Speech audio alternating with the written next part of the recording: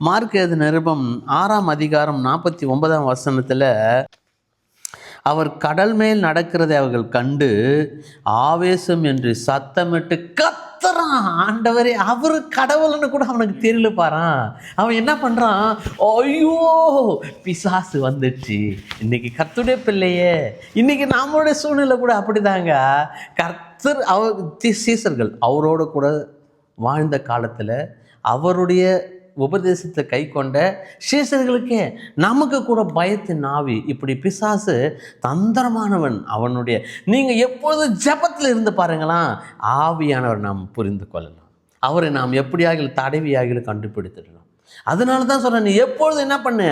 ஜெபத்தில் வீழ்த்திரு மகனே, எனக்கு சோத்திரம் பண்ணு. இங்கே சொல்கிற அப்புறம் ஐயோ, அங்கே படித்து பாருங்கள், அவர் கடல் மேல் நடக்குது அவர்கள் கண்டு ஆவேசம். ஐயோ, ஆவி வந்துச்சு.